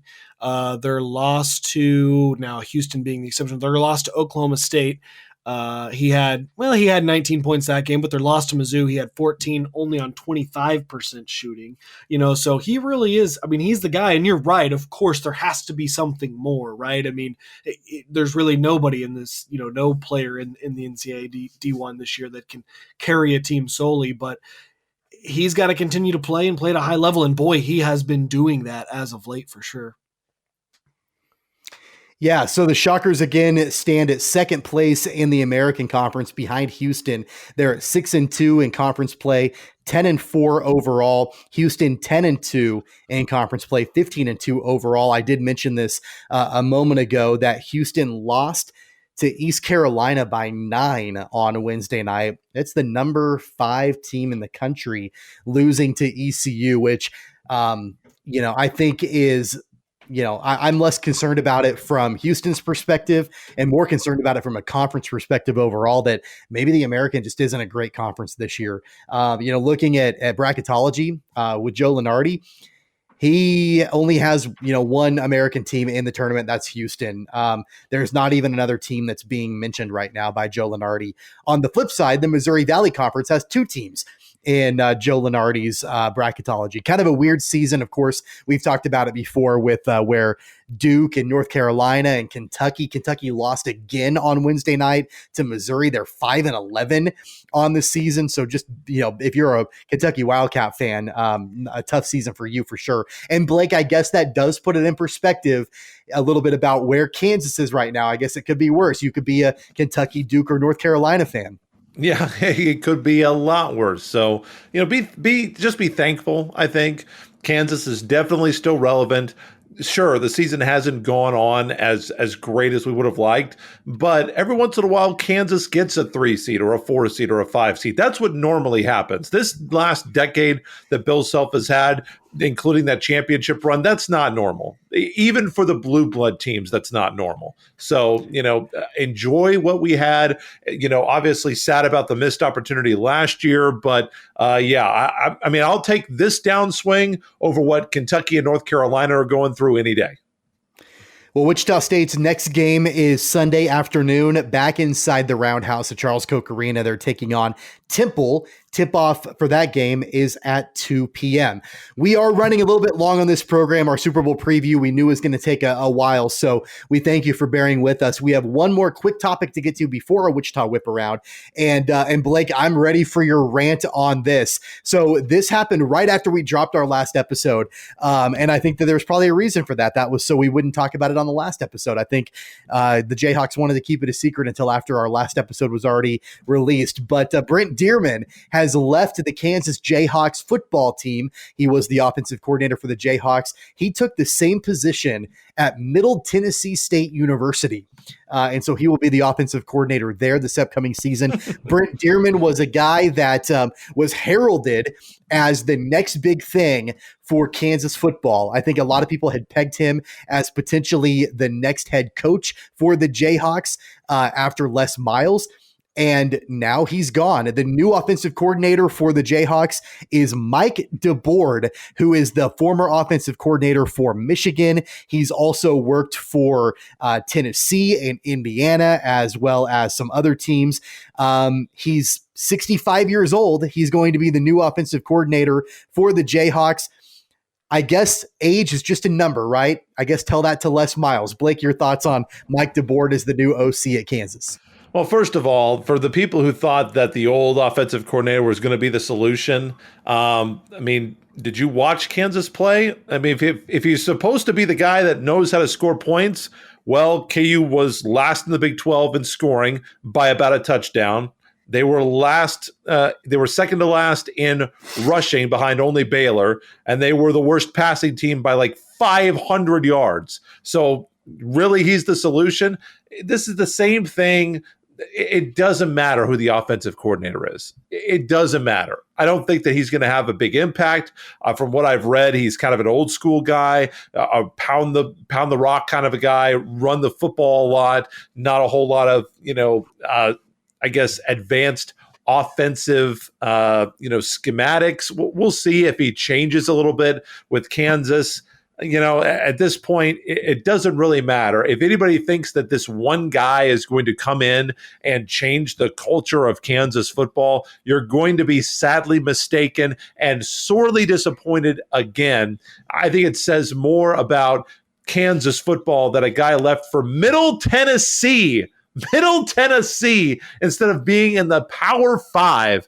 That is such a bad look for the Crimson and Blue that they lost a guy to any school that's named MTSU. I don't care if it's Middle Tennessee or Middle Texas or Middle Tonganoxie. That's horrible. That's horrible that it could possibly happen, that you'd rather be at MTSU than in the Power Five. That's how bad of a look and how bad of a place Kansas football is right now. Blake, the Blue Raiders have a good program out there in Tennessee, so you stop. Do they right now?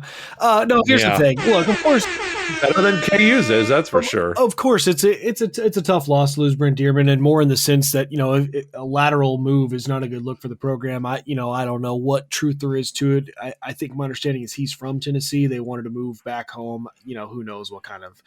No, they wanted to move out of the absolute disaster in Lawrence. That's what they wanted to move out of. Anywhere is better. But here's the thing. So DeBord, I like the hire. In particularly, I like it because he has stated in it that he doesn't have an offense. He's not going to have a particular offense that they run. That you run the offense that is dictated by your personnel or week to week by what the other defense is giving you. And I love that. I think that's something that more offensive coordinators should do. That's what Bill Belichick has had success for years doing in New England. And it drives me nuts when you have offensive coordinators or football teams in general that just want to say we have a particular game plan and we're going to do it every week no matter what it is. That's not a great way to find success. So you're right. I mean, this is, again, you got to get the players in. You got to have talent to win football games. I mean, you can call the best plays in the world, but if you don't have the guys to execute those plays, it doesn't do anything for you. But I do like that he's at least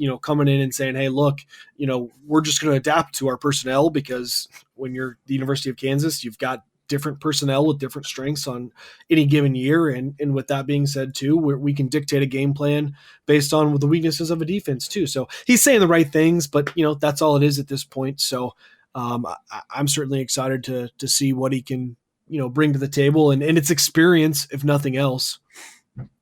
At the end of the day, the gang is all back together. They got the band back because Miles and DeBord worked together on the Michigan staff in the early 90s. At the same time that KU athletic director Jeff Long was an associate athletic director at Michigan. So again, getting the gang back together. DeBord will turn 65 years old on Sunday. And like I said, He spent last season as an offensive analyst on Jim Harbaugh's staff at Michigan. We'll see if it makes any difference for the Jayhawks in the upcoming season. One other quick note with KU football is that, of course, National Signing Day happened on Wednesday. The Jayhawks did officially get their highest ranked recruit ever. Blake, I know you don't care. We're not going to get your thoughts on it. But they did sign 4-star wide receiver Quay Davis. And that's the highest rated recruit that the Jayhawks have ever gotten. Conrad Holly also signed as well. He is a 3-star quarterback, and he is already enrolled at Kansas. One of the big notes, though, for signing day for the Jayhawks is that 3-star defensive back Cameron Grays out of Alabama, who had verbally committed to the Jayhawks, flipped his commitment to Middle Tennessee State University to follow Brent Dearmon. And so he will be attending the Blue Raiders program and following Dearmon out of Lawrence. So that's just a quick update, at least for the Jayhawks, as it relates to National Signing Day.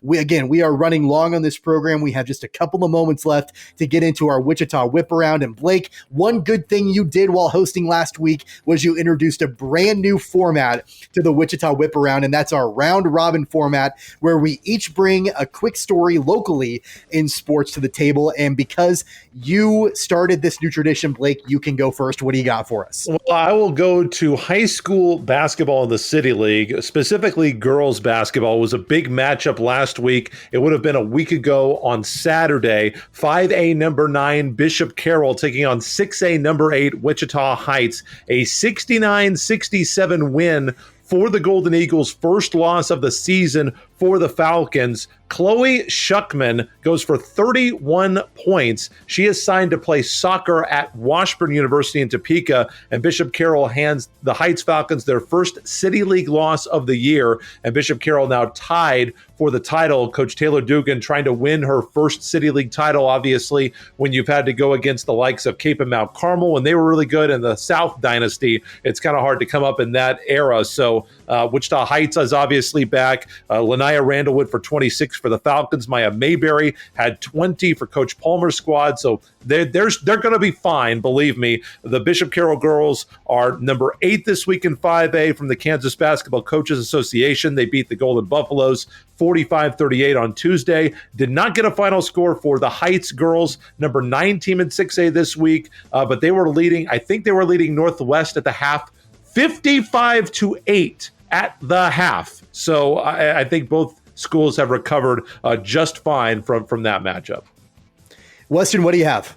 So I'm going to go back to National Signing Day. Just, one, to troll Blake a little bit more because he loves the signing stuff. Yeah. But two, I always like when I'm watching a college football game and I go, oh, that guy's from Wichita, and I think it's fun to kind of to follow some of that. So we do have some guys from the area that are going D1. No disrespect to the guys that signed D2 or D3 or NAI or JUCO. I played NAI, so I love those guys, but the list is long, so I'm going to stick with just a few D1 guys.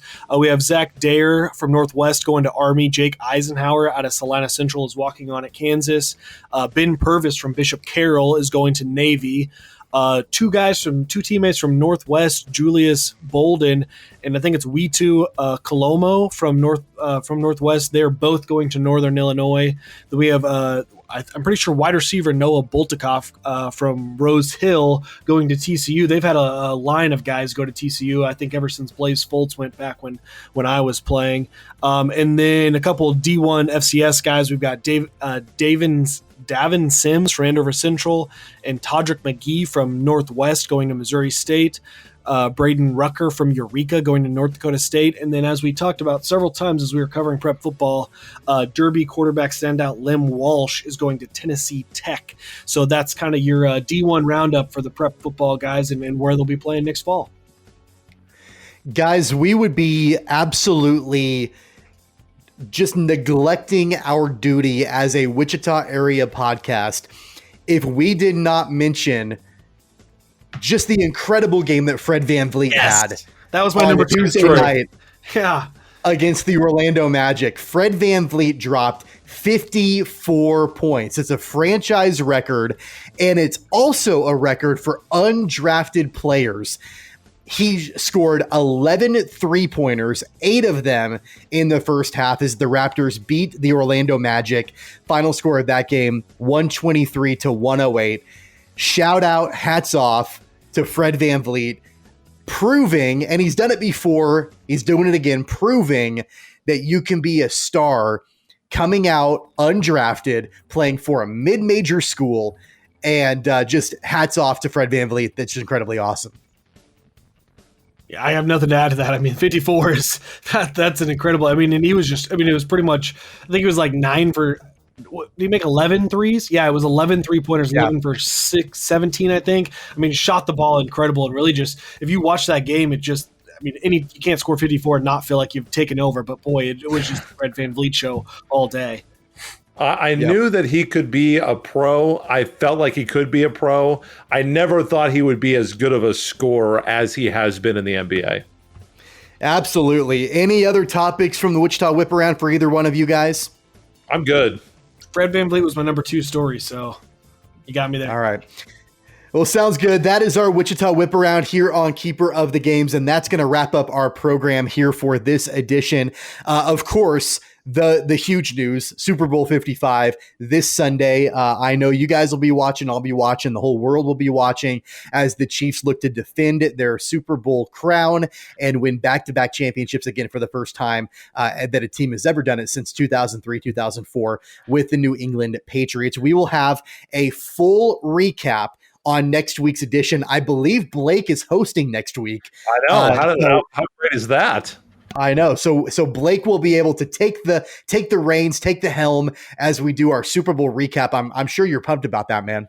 I don't know how lucky I got in order to get that assignment, but yes, it will be a great show next week.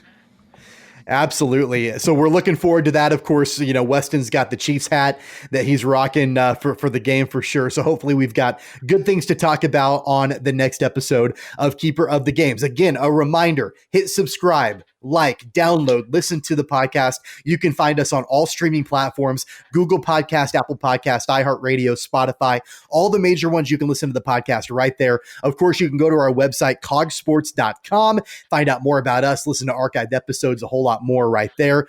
You can watch full episodes on YouTube and Facebook by searching for Keeper of the Games, and follow us on Twitter and Instagram at CogPod. That's at KOG Pod. Fellas, your Twitter handles. Blake, I'll start with you. BECRIPPS, BE Cripps. Weston, what about you? And I'm pretty sure in the new format, you're going to see it right down here, I think, but at WMills94. Absolutely. You can follow me at Tweets from Tommy. I guess I don't necessarily have to ask you guys that now that we know that right below the entire our audio listeners, our dear, True. loved audio listeners. That's true. We don't want to alienate all of them.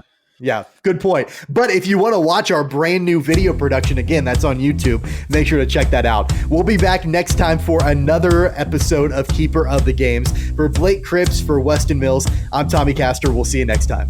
Take care, guys, and go Chiefs.